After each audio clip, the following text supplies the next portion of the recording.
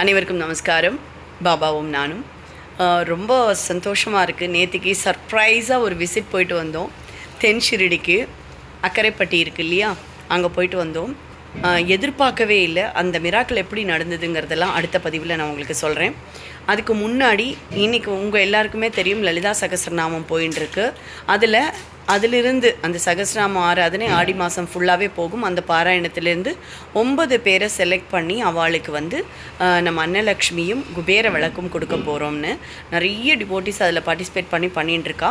அதில் ஒரு சில டிவோட்டிஸ் நீங்கள் மாத்திரம் கொடுத்தா என்ன, நாங்களும் அதுக்கான கான்ட்ரிபியூஷன் கொடுப்போம், எங்களுக்கும் அதுக்கான புண்ணியங்கள் சேரணும் அப்படிங்கிறதுக்காக ஒவ்வொருத்தராக ஒவ்வொன்றா அனுப்பியிருக்கா. அதில் ஒரு பாக்ஸ் இன்றைக்கி சுப்புலக்ஷ்மி ஜிட்டேருந்து வந்திருக்கு.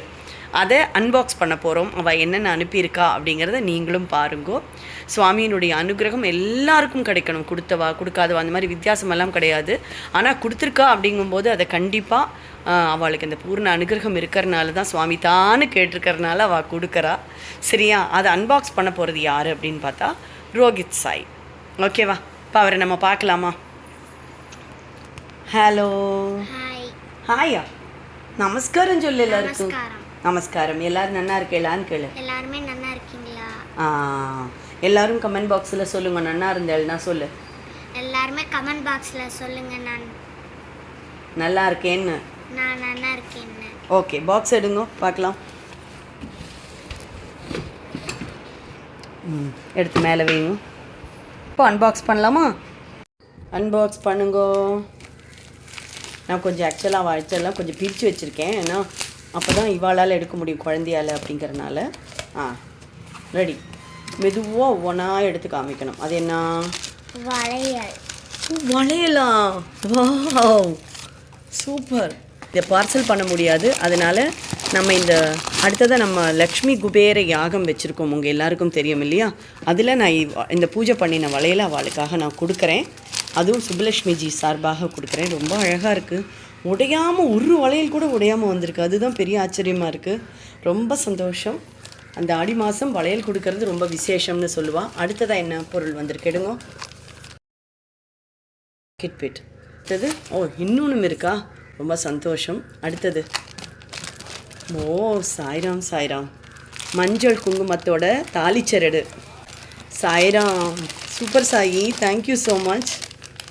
அடுத்ததாக ஸ்வீட்டு இதை வச்சு அனுப்பியிருக்கா. சாக்லேட்ஸ் ரொம்ப அழகான கலெக்ஷன். ஸோ சாய்ராம் உண்மையிலேயே ரொம்ப நல்லா இருக்குது. வளையல், ப்ளவுஸ் பீட் இருக்குது. அதுதான் மஞ்சள் பொருட்கள் எடுத்திருக்கோம். அதுக்கு அடுத்ததான் சாக்லேட்ஸ். கண்டிப்பாக இவள் ஆக்சுவலாக கோரிக்கை வச்சுருந்தா, நான் அதை ஆல்ரெடி சுவாமிகிட்ட வச்சாச்சு. இருந்தாலும் இந்த பொருட்கள்லாம் நீங்களும் பார்க்கணும் அப்படிங்கிறதுக்காக தான். ரொம்ப நல்லா இருக்கிறது. எனக்கு என்ன, நான் நேற்றுக்கு தென் ஷிரடி போயிருந்தேன்னு சொன்னேன் இல்லையா, அங்கே போய் வளையல், அங்கே போயிட்டு சமயபுரம் போனோம், போயிட்டு ஸ்ரீரங்கம் போனோம்.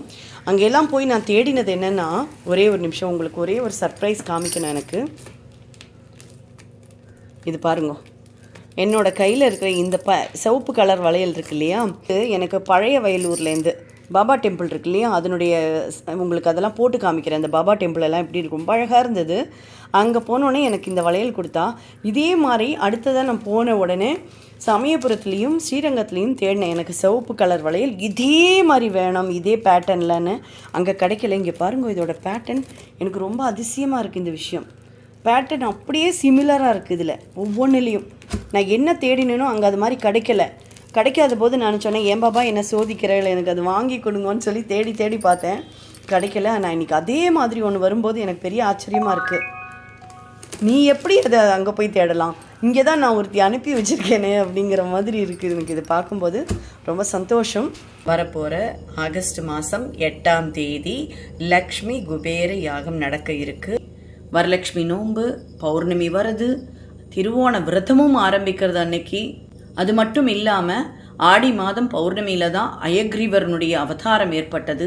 ஆக இத்தனையும் சேர்ந்த சுபயோக சுபதினத்தில் சுவாமியுடைய அனுகிரகத்தால் நம்ம லக்ஷ்மி குபேர யாகம் அன்னைக்கு கிடைக்கிறதே பெரிய விஷயம். அந்த அன்னைக்கு நம்ம யாகம் பண்ண போகிறோம். சைதாப்பேட்டையில் இருக்கக்கூடிய காமாட்சி தேவஸ்தானம். இதுலேருந்து ஒரு 10 பேருக்கு நல்லது நடக்கிறது அப்படின்னா எவ்வளோ சந்தோஷமாக இருக்கும் இல்லையா? நல்ல விஷயங்களை நம்ம எப்போவுமே ஃபார்வர்ட் பண்ணிகிட்டே இருக்கணும். அப்போ தான் நமக்கும் நல்ல விஷயங்கள் நடக்கும். அதை நான் பண்ணிகிட்டே இருக்கேன், நீங்களும் முடிஞ்சுதானே ஷேர் பண்ணிகிட்டே இருங்கோ. மற்றவாளுக்கு நல்லது நடக்க நடக்க நமக்கும் நல்லது நடக்கும். ஆக இந்த யாகம் நடக்க போகிறது அந்த கோவில்லன்னு நான் சொன்னேன். விவரங்கள் வேணால் அந்த கீழே தெரியிற நம்பருக்கு நீங்கள் காண்டாக்ட் பண்ணுங்கோ. மற்ற எல்லா விஷயமும் உங்களுக்கு சொல்கிறோம். ஏன்னா இந்த மாதிரி நல்ல விஷயங்களில் நம்மளும் பங்கெடுத்துக்கும் போது நம்மளுடைய வாழ்க்கை மாற்றங்கள் கண்டிப்பாக நிகழும். கடன் பிரச்சனை இருந்தாலும், பண கஷ்டம் இருந்தாலும், பண நெருக்கடியோ, தொழில் பிரச்சனையோ, அதில் வியாபார நோக்கத்துலையோ, லாபம் இல்லாமையோ, அது இல்லாமல் சௌபாகியங்கள் குறைஞ்சிருக்கு, எங்கள் வீட்டில் எப்போ பார்த்தாலும் எதிர்மறை பிரச்சனைகளாகவே இருக்குது, அதிலிருந்து விடுபடணும்னு நினச்சாலோ தாராளமாக நீங்கள் இந்த யாகத்தில் பங்கெடுக்கலாம். உங்களுக்காக நடத்தப்படுற யாகம். அனைவரும் வருகன். இது வரைக்கும் நீங்கள் சப்ஸ்கிரைப் பண்ணலைன்னா கண்டிப்பாக சப்ஸ்கிரைப் பண்ணுங்கோ. அப்புறம் உங்கள் ஃப்ரெண்ட்ஸ், ஃபேமிலி மெம்பர்ஸ் இவாளுக்கெல்லாம் அனுப்பிவிடுங்கோ. மீண்டும் சந்திப்போம். வணக்கம்.